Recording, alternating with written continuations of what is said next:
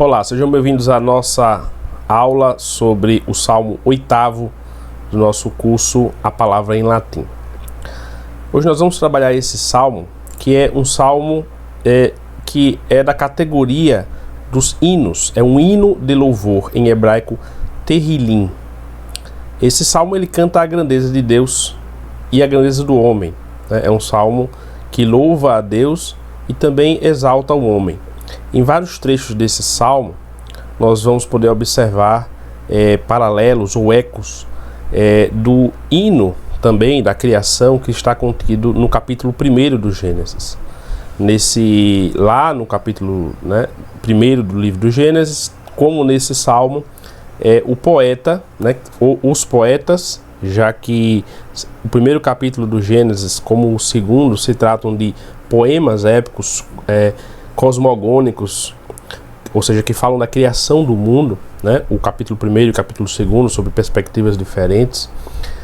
Então eles se encaixam com o gênero poético da mesma forma que o salmo, né? Então nesse salmo específico há vários ecos que a gente pode observar daquele poema que está lá no capítulo 1 do Gênesis, né? Que contrasta, né, a majestade divina.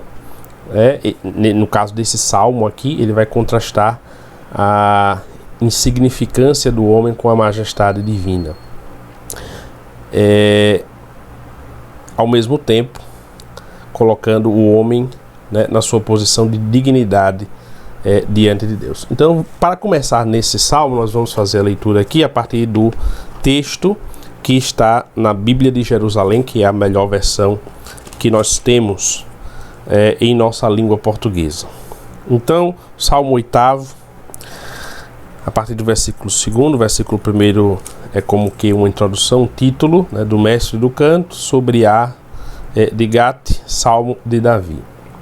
É como que localizando ou dizendo quem é o autor do salmo, sobre o tema, e às vezes esses primeiros versículos eles falam sobre o tipo do salmo, ou o autor, ou de que forma ele é acompanhado por um instrumento musical, né, comum naquela época. Então ele começa de fato a partir do versículo 2º.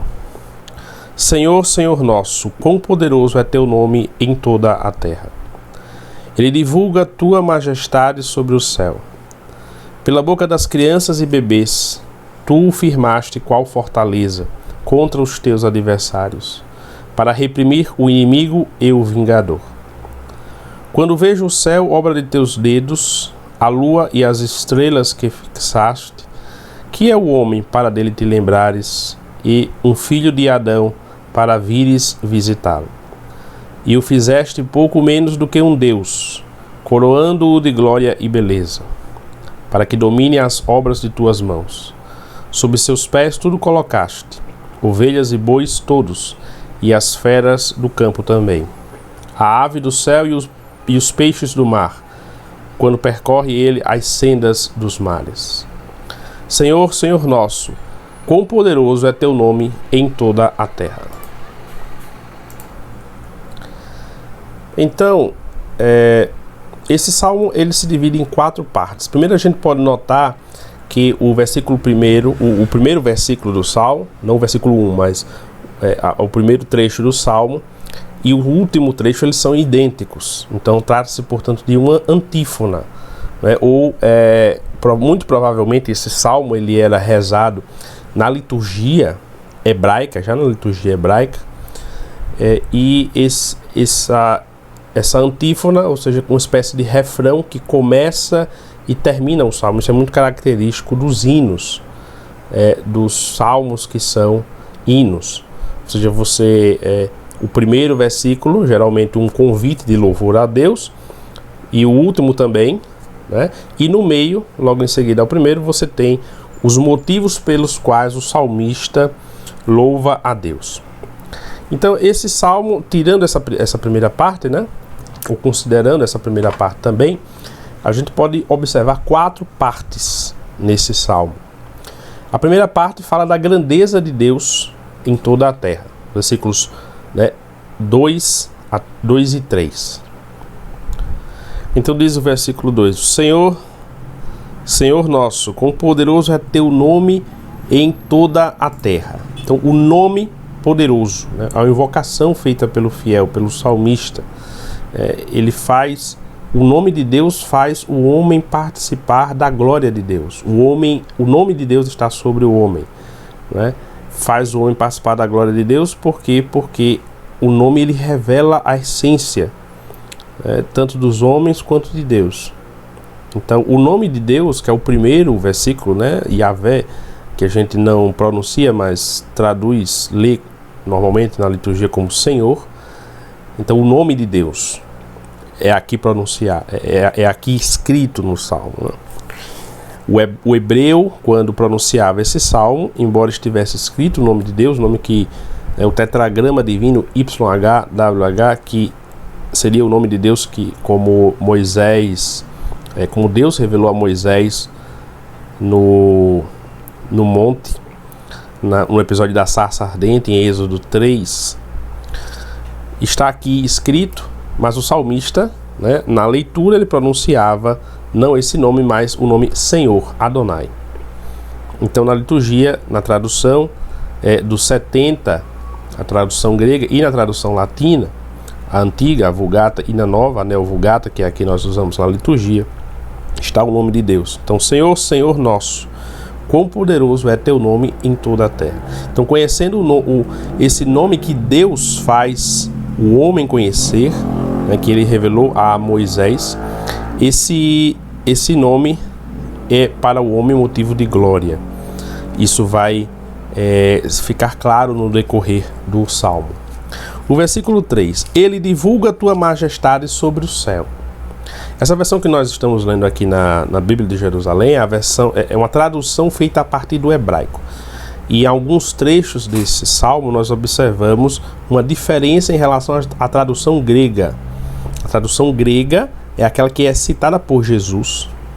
Jesus cita um trecho desse salmo, nós vamos ver daqui a pouco. E também é citado pelo Novo Testamento, o livro aos Hebreus, a carta aos Hebreus. Também cita esse salmo a partir da versão dos 70, que passou depois para a liturgia com algumas poucas diferenças que de tradução que nós vamos ver, né?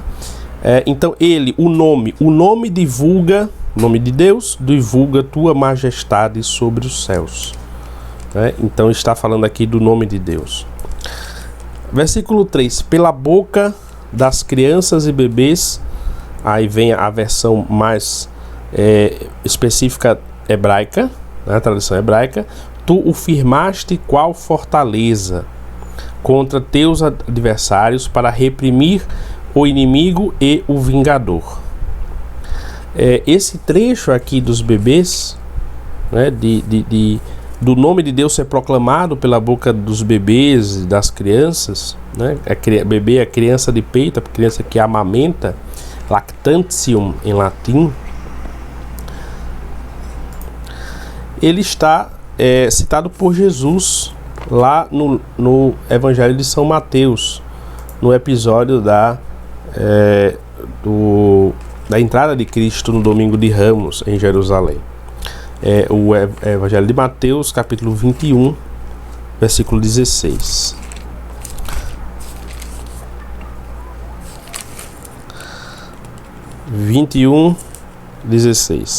Os chefes dos sacerdotes, a partir do versículo 15, os chefes dos sacerdotes e os escribas, vendo os prodígios que Jesus fizera, e as crianças que exclamavam no templo, Hosana ao filho de Davi, ficaram indignados e disseram a Jesus: Estás ouvindo o que estão a dizer? Jesus respondeu: Sim. Nunca lestes que, da boca dos pequeninos e das crianças de peito, preparaste um louvor para ti? Então Jesus está citando esse salmo a partir da tradução dos 70, já que o Novo Testamento ele é escrito em grego. Então o evangelista Mateus, quando cita o Antigo Testamento em grego, escrevendo em grego o Novo Testamento, ele cita o Antigo também, né, na língua grega.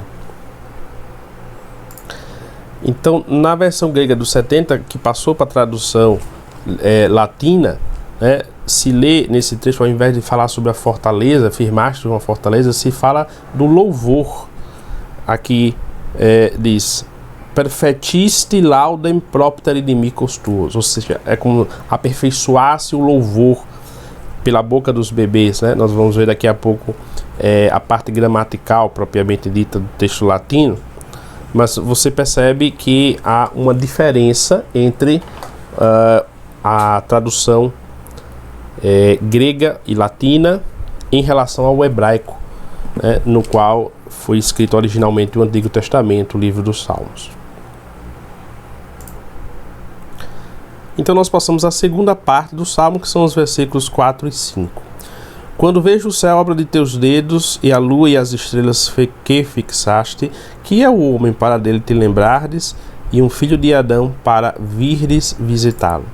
Esse trecho fala, portanto, da grandeza do firmamento, e por isso ele lembra, né, o Gênesis, né? É como se o salmista estivesse observando o céu estrelado com a lua à noite, né? Porque dá para ver a lua e as estrelas. Quando vejo o céu, obra de teus dedos, a lua e a estrela que fixaste. Então o homem contempla a noite, né, o céu à noite, e ele se pergunta: que é o homem para dele te lembrardes, e um filho de Adão para vires visitá-lo, para que o conheças. Então aqui nós temos ao mesmo tempo o maravilhamento diante da obra de Deus, do céu, e ao mesmo tempo a pequenez do homem, o homem que foi criado do barro, né? Quem é o homem para que dele assim te lembres, né? Esse trecho ele é citado na Epístola aos Hebreus, né? E é feito dele uma exegese, né, a partir desse texto, ao se falar sobre o sacerdócio de Cristo. No capítulo 2 da carta aos Hebreus, a partir do versículo 5 se diz: não foi a anjos que ele sujeitou o mundo futuro de que falamos, que Cristo sujeitou. A este respeito, porém, houve quem afirmaste, e aqui ele começa a citação do Salmo 8º: que é o homem para que dele te lembres, ou o filho do homem para que o visites? Fizeste, ele continua além do versículo 5, fizeste o pouco por um pouco menor que os anjos, de glória e de honra o coroaste, e todas as coisas puseste debaixo dos seus pés. Então aqui, a partir daqui, nós temos claramente essa visão do homem, né, que é pequeno, né, a pequenez do homem em comparação com o firmamento, com a grandeza do firmamento, que é obra de Deus. E aí passamos à parte 3, versículos 6 e 7, que também é citado aqui na Epístola aos Hebreus. E aqui nós percebemos claramente, por essa citação aos Hebreus, a diferença dos textos latino e hebraico, né, grego e latino com relação ao hebraico, que nós vemos antes. Então repare, no texto hebraico diz: e o fizeste pouco menos do que um Deus, coroando-o de glória e beleza, para que domine as obras de tuas mãos, sob seus pés tudo colocaste. Então fizeste pouco abaixo de um Deus. Aqui no hebraico está Elohim, que é o nome que geralmente é atribuído a Deus, mas que sem o artigo no hebraico ele dá uma ideia genérica de Deus, da divindade. Então fizeste pouco abaixo de um Deus. Quando se coloca o artigo, então se especifica que o Elohim é o Senhor, Deus, propriamente o Deus de Israel, né? Nós devemos entender não como se o homem fosse um mini Deus, pouco abaixo de Deus, estaria quase chegando até Deus. Só que esse Deus aqui é interpretado geralmente como a corte celeste, né? Então aqueles seres misteriosos que estariam que fariam parte da corte celeste, com Deus sendo o rei e aqueles seus conselheiros, né? E a gente interpreta isso como se fossem os anjos. Tanto que a própria edição, a própria tradução dos 70, que passou depois para a hebraica, ela vai interpretar esse um Deus como se fosse os anjos. Então veja, por exemplo, nesse trecho, de novo, da carta aos Hebreus, capítulo 2, quando se diz: fizeste-o por um pouco menor que os anjos. Repare que o grego aqui está traduzindo Deus, como estava no hebraico, Elohim, por anjos, certo? Então, está se salvando aqui nessa tradução, né, se tornando mais clara que não são Deus, o homem não está sendo equiparado a Deus, mas está sendo equiparado aos anjos. No caso aqui da carta aos Hebreus, Cristo, abaixo dos anjos, pouco abaixo dos anjos, coroaste-o de glória e honra. Então aqui, e essa tradução, né, dos anjos, enquanto no hebraico está Deus, no grego está anjos, ela passa também para o latim, né, está aqui minuistium Paulo minus ab angelis. Então veja que a tradução latina, ela segue a tradução grega, que é chamada a versão dos 70. Então vamos lá. Nesse trecho nós vemos também um eco do Gênesis, novamente, capítulo 1, versículo 26, quando se diz: façamos o homem à nossa imagem e semelhança. Para que o plural aqui não é propriamente o plural, segundo os comentadores, não é um plural majestático, quando Deus fala nós, mas é como se ele estivesse falando diante de sua corte, de seus deuses, né, com D minúsculo, ou seja, os seus anjos, a corte celestial, né? É como se Deus façamos, quer dizer, como se Deus ele juntasse os anjos à sua obra criadora, chamasse os anjos para que participassem da sua obra criadora. Tanto que, ao contrário das outras criaturas que Deus fazia antes, como está lá no Gênesis, quando Deus vai criar o homem, é como se ele pedisse o auxílio, entre aspas, né, dos anjos, e a gente observa que o homem, de fato, ele tem essa característica angélica, que é o espírito, né, o espírito inteligente, né, com todas as características racionais, a vontade, a inteligência.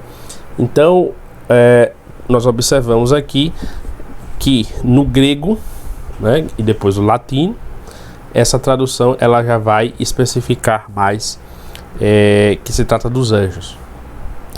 Lá no Gênesis continua-se: para que domine, façamos o homem à nossa imagem e semelhança, para que domine sobre os peixes do mar, sobre as aves do céu, né, sobre o gado e sobre todas as feras da terra e sobre quantos animais se movam sobre ela. Então, e é isso que está logo em seguida na quarta parte, que fala do reino animal sobre o domínio do homem. O que é que está sobre o domínio do homem? O Salmo diz, a partir do versículo 8: as ovelhas e bois todos e as feras do campo também, a ave do céu e os peixes do mar, quanto percorre ele as sendas dos mares. Tudo aquilo que se move no mar. Outro eco do Gênesis, nós vemos muito claramente essa relação entre este salmo e o capítulo 1 do Gênesis. Lá em Gênesis 1, versículo 28, se diz: Deus diz ao homem: crescei e multiplicai-vos, enchei a terra, submetei-a, dominai sobre os peixes do mar, sobre as aves do céu, sobre o gado e tudo quanto vive e se move sobre a terra. Então a gente observa que Deus ele coloca o homem como o seu vigário, o seu representante.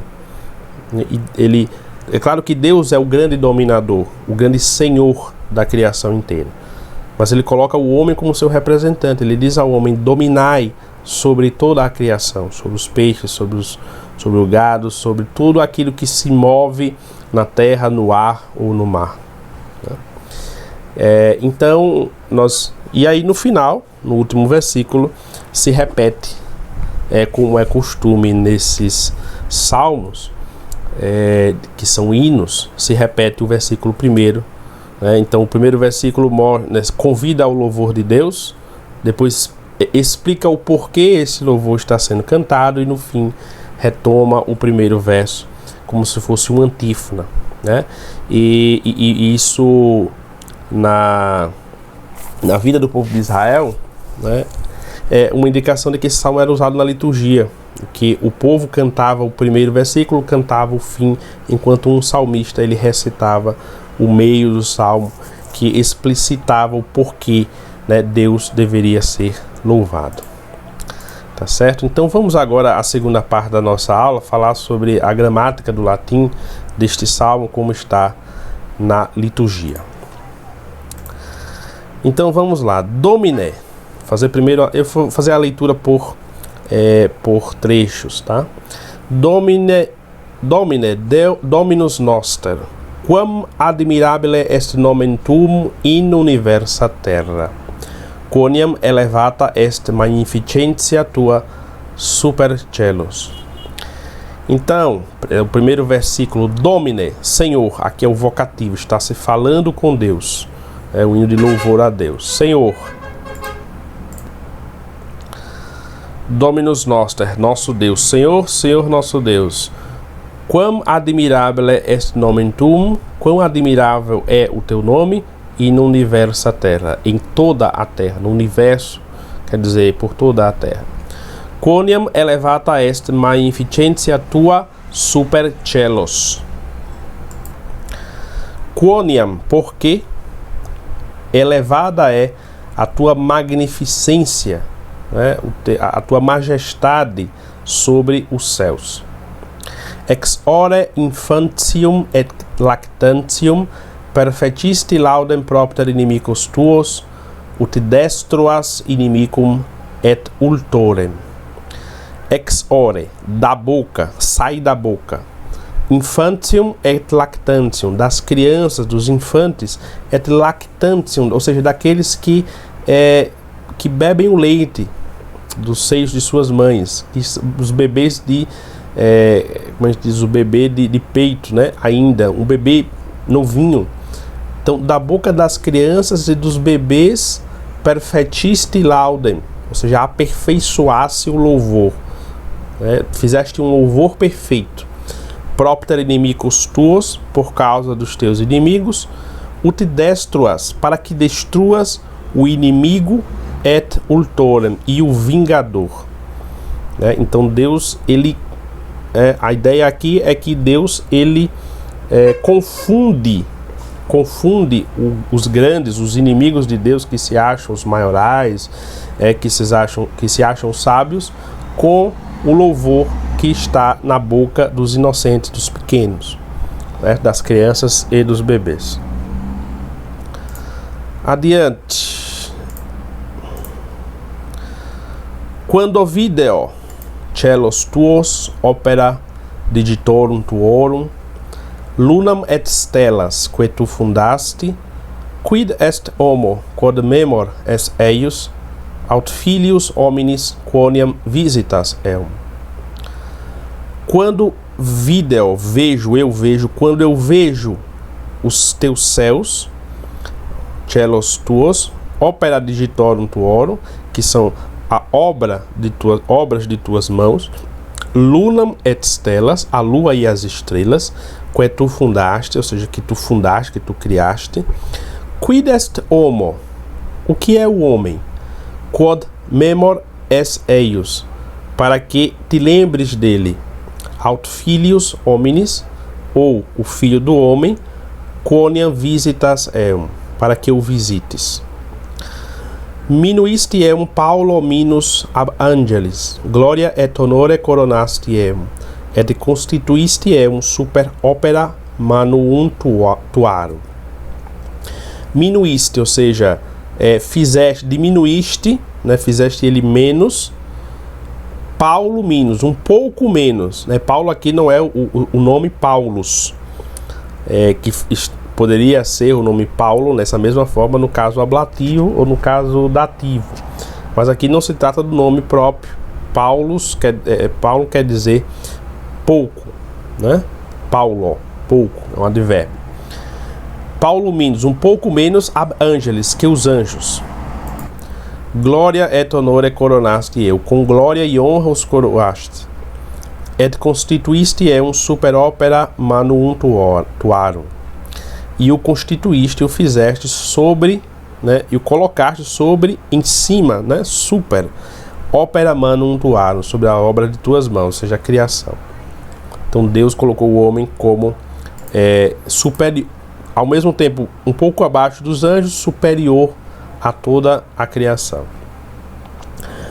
Omnia subiectisti subpedibus eius, oves et boves universas, insuper et pecora campi, volucres celi et pisces maris, quecunque perambulant semitas maris. É tudo, omnia subiectisti, né? Subjugaste, colocaste abaixo, subpedibus eius, sob, embaixo dos seus pés, ou seja, dos pés do homem. Deus colocou tudo sobre os pés do homem. O que? Oves et boves universas. Ele fala da criação dos animais. As ovelhas, oves et boves, e os bois, todos os bois, ou seja, o gado, né? Insuper, né? Acima, é uma redundância. Et pecora campi. Pecora quer dizer o gado do campo, os animais do campo. Volucres celi, os pássaros do céu. Et pisces maris, os peixes dos mares. Quecunque perambulant semitas maris, e qualquer coisa que perambula pelos caminhos do mar, ou seja, tudo que se move dentro do mar. E aí finaliza com o mesmo versículo inicial: Domine Dominus Noster, quam admirabile est nomen tuum in universa terra. Senhor nosso, quão admirável é o teu nome por toda a terra. Agora vamos à nossa terceira parte, que é uma tentativa de fazer uma meditação espiritual sobre este salmo. Então a gente pode meditar a partir das palavras deste salmo sobre duas realidades, né? A contemplação de Deus através da natureza e através do homem, que são classicamente dois caminhos pelos quais Deus pode chegar, o homem pode chegar a Deus. Através da criatura, ou seja, através da contemplação das obras da criação, e através do próprio homem, né? Então se fala nesse salmo da beleza da criação, do céu, das estrelas, e o salmista, o poeta, ele fica extasiado diante da criação, e ele percebe que essa criação ela tem um criador, alguém que fez essa criação. Então, ao mesmo tempo que a gente pode olhar para as coisas criadas e se afastar do Criador, porque a gente foca só na criação, a gente pode também olhar para a criação e perceber, pela inteligência, pela razão, que essa criação ela não existe por si só, mas que ela realmente, de fato, foi criada por um outro, e esse outro é Deus. Então nós podemos, né, se tivermos esse coração, né, ao mesmo tempo, então veja, é uma operação tanto da razão quanto da inteligência, quanto da emoção, da capacidade de se maravilhar, né? Então a gente pode chegar a Deus através desse caminho. Ao mesmo tempo a gente olha para o homem, que é tão pequeno, filho de Adão, que por um lado ao mesmo tempo é tão forte, tão resistente, e ao mesmo tempo é tão frágil. Qualquer doença pode prostrar o homem, uma tristeza, é uma pessoa, um ser que ao mesmo tempo é forte e é fraco, né? Mas na sua fraqueza, quando a gente olha para o homem, a gente vê também a grandeza do homem, vê que Deus ele colocou o homem a partir daquilo que está colocado no Gênesis, que Deus criou o homem à sua imagem e semelhança, o colocou por isso como Senhor e dominador de toda a criação. O homem é o cume, o ponto alto, o ponto máximo da criação de Deus. É a obra mais perfeita que Deus fez. E olhando para o próprio homem, a gente consegue também enxergar reflexos de Deus. Santo Agostinho era um autor que trabalhava muito sobre essa perspectiva, na qual e ele conseguia enxergar até os traços da trindade nas faculdades da alma humana. Então, olhando para a perfeição do homem enquanto criatura, enquanto possuidor de um corpo, enquanto é um corpo, e ao mesmo tempo é uma alma, ou seja, é uma parte espiritual, né? A parte que anima o corpo, e que faz parte indissoluvelmente com o corpo, né, do composto que é a pessoa humana, né? Então o homem é, portanto, o ponto máximo da criação de Deus, e através do homem a gente pode chegar também das perfeições humanas, tanto quanto for possível, dentro da sua imperfeição. Nós podemos chegar também à existência, à fé em Deus, a conhecer algo de Deus através do homem. E ainda mais depois da revelação de Cristo, da plenitude da revelação em Cristo, que é ao mesmo tempo homem perfeito, homem como nós, e Deus perfeito. E aí a humanidade de Cristo, ela é exatamente aquilo que Deus sonhou para o homem: perfeita imagem e semelhança.